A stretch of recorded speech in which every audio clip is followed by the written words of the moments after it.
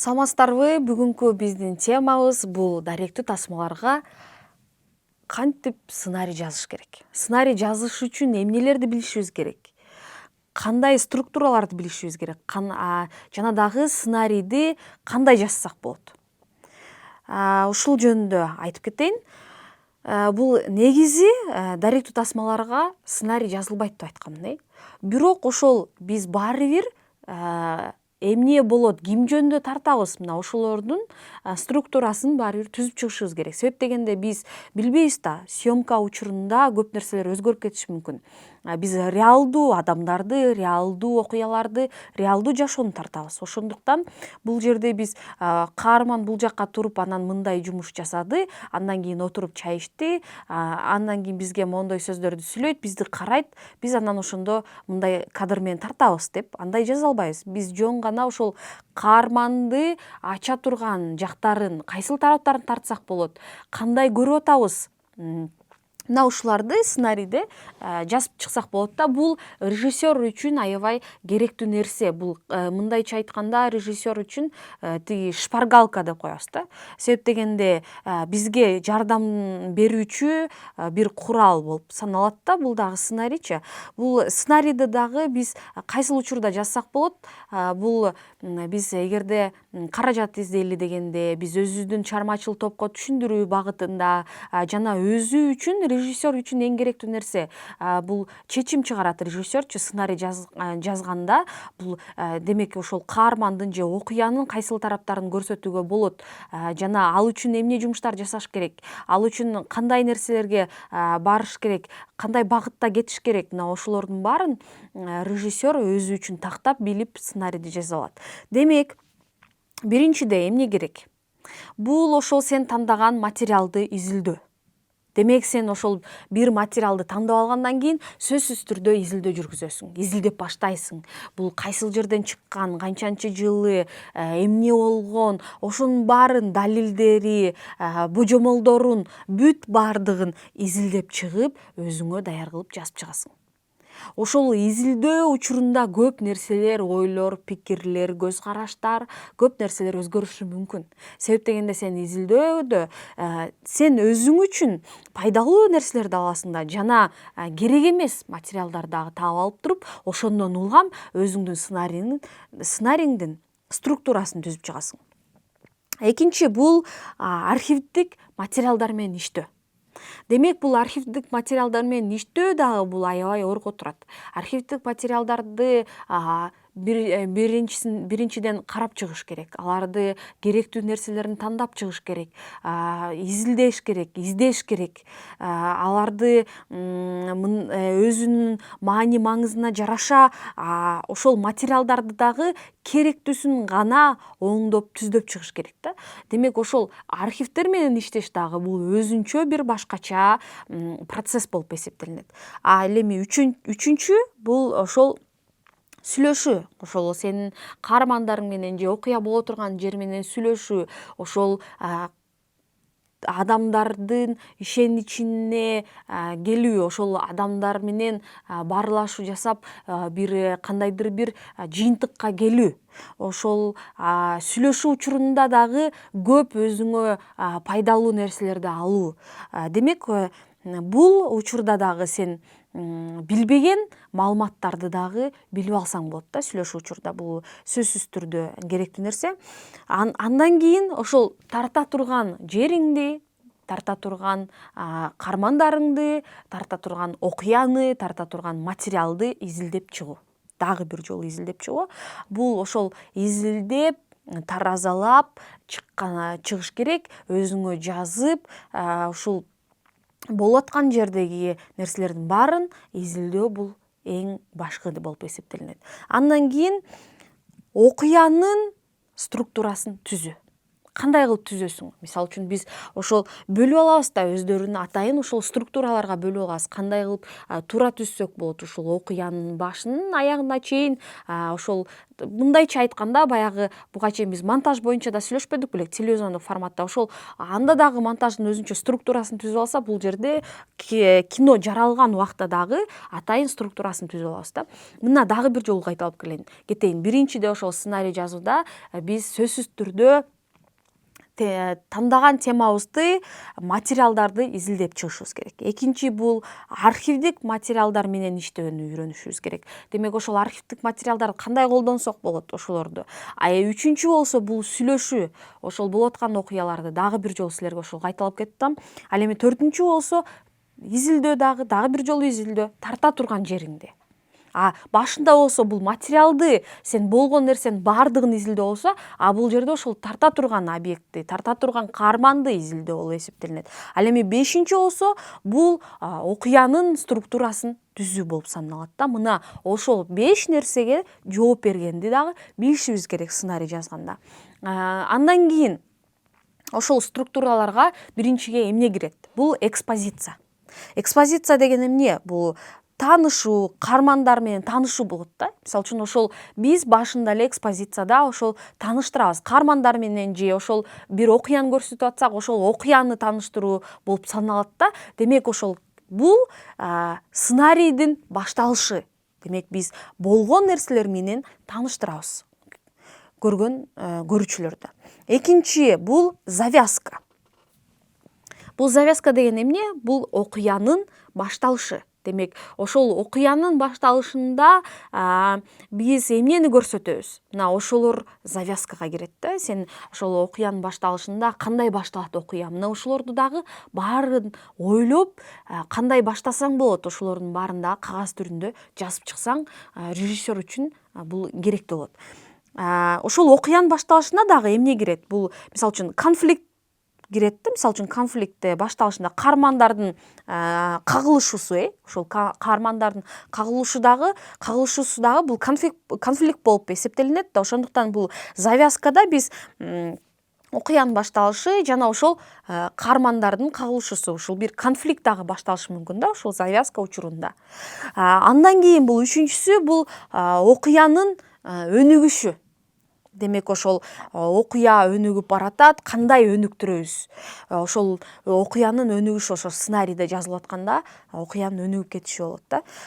Төртүнчүсү болсо бул кульминация. Эми кульминация деген сөздү эле өзү билинип атат.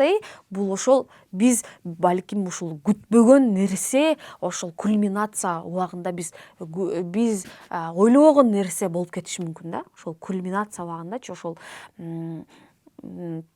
бизди таң калтыруучу нерсе, ошол болуп аткан окуянын бир кандайдыр бир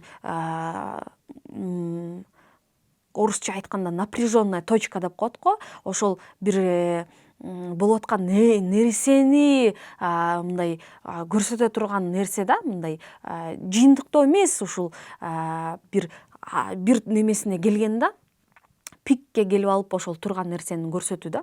Ал эми болсо бул эң аягында бул развязка. Бул развязкада бул жыйынтык чыгаруу. Жыйынтык чыгарасың да, сен болуп аткан окуянын баарына жыйынтык чыгаруу болуп эсептелинет. Мына ушул 5 нерсени, аталып кеткен 5 нерсени биз сөзсүз түрдө сценарийде колдонсок, бизге бул оңой болот. Бул жазуу учурунда дагы эч кандай кыйынчылыктарга туш келбейбиз да. Бул нерселердин баардыгы ошол тартуу кезинде дагы, тартуу учурунда дагы сөзсүз түрдө колдонулат да. Себеп дегенде бул сценарийди да жазганда ошол телевизиондук форматтагы даректүү тасма тартабызбы, же автордук даректүү тасма тартабызбы, кандай форматта болбосун, кандай жанрда болбосун даректүү тасмалар тартканда, сөзсүз түрдө ошол жогоруда айткан сценарий боюнча, мен кыскача айтып кеткен, токтолуп кеткен структуралар боюнча биз иштеп сценарий жазсак, ошондо биз туура чечимдерди жасап туура колдонгон болобуз да. Себеп дегенде эң башкысы башынан эле айтып кеткендей, бул сөзсүз түрдө изилдөө жасаш керек. Бул изилдөө жасаганда сен ошол темаңды изилдеп жасап, ошону канчалык терең билсең, ошону канчалык терең казып билип, түшүнүп билгенден кийин гана сен ошол теманы чынында ача аласың да, ошол теманы сен айтып бере аласың. Ошол биринчиден ошол тартып аткан режиссер өзүнүн тартып аткан каарманын темасын изилдеп чыгып, ошолорду билиш керек. Ошону билгенден кийин гана сен өзүңдүн оюңду ушул экран аркылуу чагылдыра аласың. Андан кийин ошол сценарий жазган учурда дагы эмнелерди жасаш керек да, кайсыл нерселерди колдонсок болот да. Бул ошол жогоруда айткан нерселердин баардыгын колдонгондон кийин сөзсүз түрдө өзүңөр үчүн эки мындай таблицага бөлүп алсаңыздар болот да. Бул видео жана үн депчи. Видео жана үн деп. Бул эмне үчүн керек видеодо? Бул видеодо ошол кетип аткан видеодо кандай кадрларды колдоносуңар, ошолордун баарын жазып чыксаңар болот. Ал эми болсо үн жака болсо, ошол үн коштоо, балким диктордун сөзүн кошосуңбу, же үн коштоодо кандай музыка кетет, же кандай үндөр коштолот, ошонун баары жазып чыгыш керек болот да. Бул дагы ошол чыгармачылык топко дагы, экинчиден ошол режиссерго дагы, ошол сценарий жазган адамдарга дагы пайдалуу, керектүү нерсе болуп эсептелинет да. Андан кийин ушул сценарийди жазган учурда сөзсүз түрдө бул биздин билип жүрө турган нерсебиз, бул ошол каарман менен сүйлөшүүдөгү суроолор, балким интервьюлар. Мына ошол суроолорду дагы туура бергенге аракет кылыш керек, туура жазганга аракет кылыш керек. Ошолорду дагы эртерээк даярдап алышыбыз керек да. Мына мен айтып кеткендей, баягы бир каарманды же тандап алганда, ошол башында айтып кеткен бул экспозиция да. Бул ошол каарманды тааныштыруу, ошол экспозицияга кирет да. Кантип тааныштырабыз? Демек ошол каарман ал ким болгон, канча жашта, ошол кинонун башында биз ошонун баарын билебиз да, туурабы? Канча жашта экенин, эмне жумуш жасайт. Ал эми завязкада болсо биз ошол каарманды дагы тереңирээк көрсөтөбүз дагы, ошол каармандын бир кандайдыр бир окуянга байланыштуу болсо, ошол окуяны биз көрсөтө баштайбыз. Же бир конфликттер жарала турган болсо, ошол бир кагылышууларды көрсөтөбүз да. Балким ошол каарманга бир кандайдыр бир нерселер жакпайт. Мына ошолор жөнүндө дагы сөз кеп калат. Балким ошол каармандын өзү каалабаган окуялар болуп кетиши мүмкүн да. Ошол окуяларды дагы көрсөткөндө ошонун баары ушул завязкага кирет да. Андан кийин ошол окуянын өнүгүшүн көрсөтө алабыз да. Бул окуянын өнүгүшүндө ошол улам окуя өнүгүп кете берет да. Мисалы үчүн башында тааныштырып баштадык, андан кийин бир конфликттерин көрсөтүп баштадык, андан кийин дагы ошол окуя өнүгүп алды жакка кызыктуу болуп баратат да. Андан кийин бир кульминациясына келди, ошол сен күтпөгөн нерселер болуп кетти, бир кыйынчылыктар дагы болуп кетиши мүмкүн. Ошондой нерселерге бара өсүп өнүгүп, анан аягында ушул бир развязка болуп, ушул бир жыйынтык чыгаруучу нерсе болот да. Жыйынтык чыгарганда ошондо биз ушул сценарийде бүт баардыгын жазып чыгабыз да, жыйынтык чыгарыпчы. Сөзсүз түрдө ошол ар бир өзүнчө бир сценарийди жазганда дагы мындай суроолорду дагы жаратат да. Мисалы үчүн бул эмне үчүн мен тартып атам? Өзүңөр үчүн дагы ушул суроолорго жооп берсеңер болот да. Себеп дегенде мен өзүм жеке ушул сценарий жазып атканда даректүү тасмага мына ушул суроолорго жооп бергенге аракет кылам да. Биринчи эле тема, сен тандаган тема. Ошол жөнүндө кыскача жазып бер. Экинчи, эмне үчүн мен ушул теманы тандадым? Ушул суроого да жооп бергенге аракет кылгыла да. Бул режиссерлор үчүн, өзүңөр үчүн эле керектүү болот да. Эмне үчүн бул теманы тандадым? Экинчиси, ушул тандаган темам кайсыл тараптан кызыктуу болот көрүп аткан адамдарга? же жеке мен үчүн дагы ошол силер үчүн эми тартайын деген адамдар, режиссерлор үчүн кайсыл тарабы кызыктуу болот? Мына ушул суроолорго дагы жооп бериш керек да. Андан кийин бир жыйынтыктоо ушул кандай ушул киноңду тартканыңда кандай пайдалуу нерселерди алып келет? Кандай пайдалуу нерселерди алып келет ушул көрүп аткан көрүүчүлөргө? Мына ошол суроолордун баардыгына биз жооп бергенге аракет кылышыбыз керек да. Ошол суроолордун баардыгына биз жооп берсек, биз съемкага, ошол тартуу учуруна даяр болобуз да.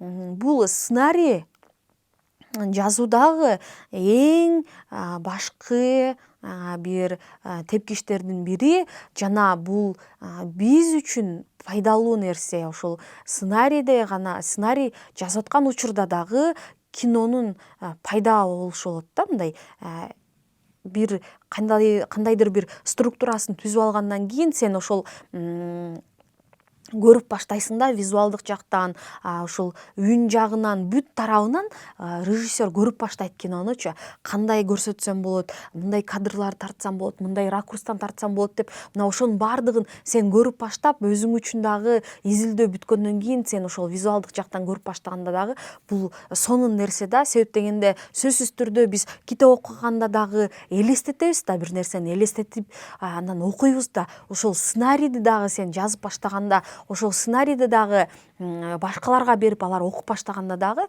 ошол нерселерди элестетип мындай көрсө, демек сен ошол жазган сценарийиң дагы жеткиликтүү болгон болот да. Ушул мен жогоруда айтып кеткен структуралардын баардыгын силер туура колдонгонду билсеңиздер, ошолордун баарын туура колдонсоңор, бул сценарий жазганды демек силер өздөштүрүп алдыңар деп эсептейбиз да. Себеп дегенде бул дагы эң башкы тепкичтердин бири деп баягы айтып кеттим. Ошондуктан сценарий жазгандан коркпогула. Силерге кайсыл нерсе керектүү болуп атса, кайсыл суроолорго өзүңөр так жооп бере албай атсаңар, ошол суроолорду өзүңөр берип, ошолорго жооп бергенге аракет кылышыңар керек. Мына ошондо гана силердин туура сценарий жазганыңар жана ошол кино тартканда чынында ошол даректүү тасмаларды тартканга жардам берүүчү бир куралдардын бири болуп саналат.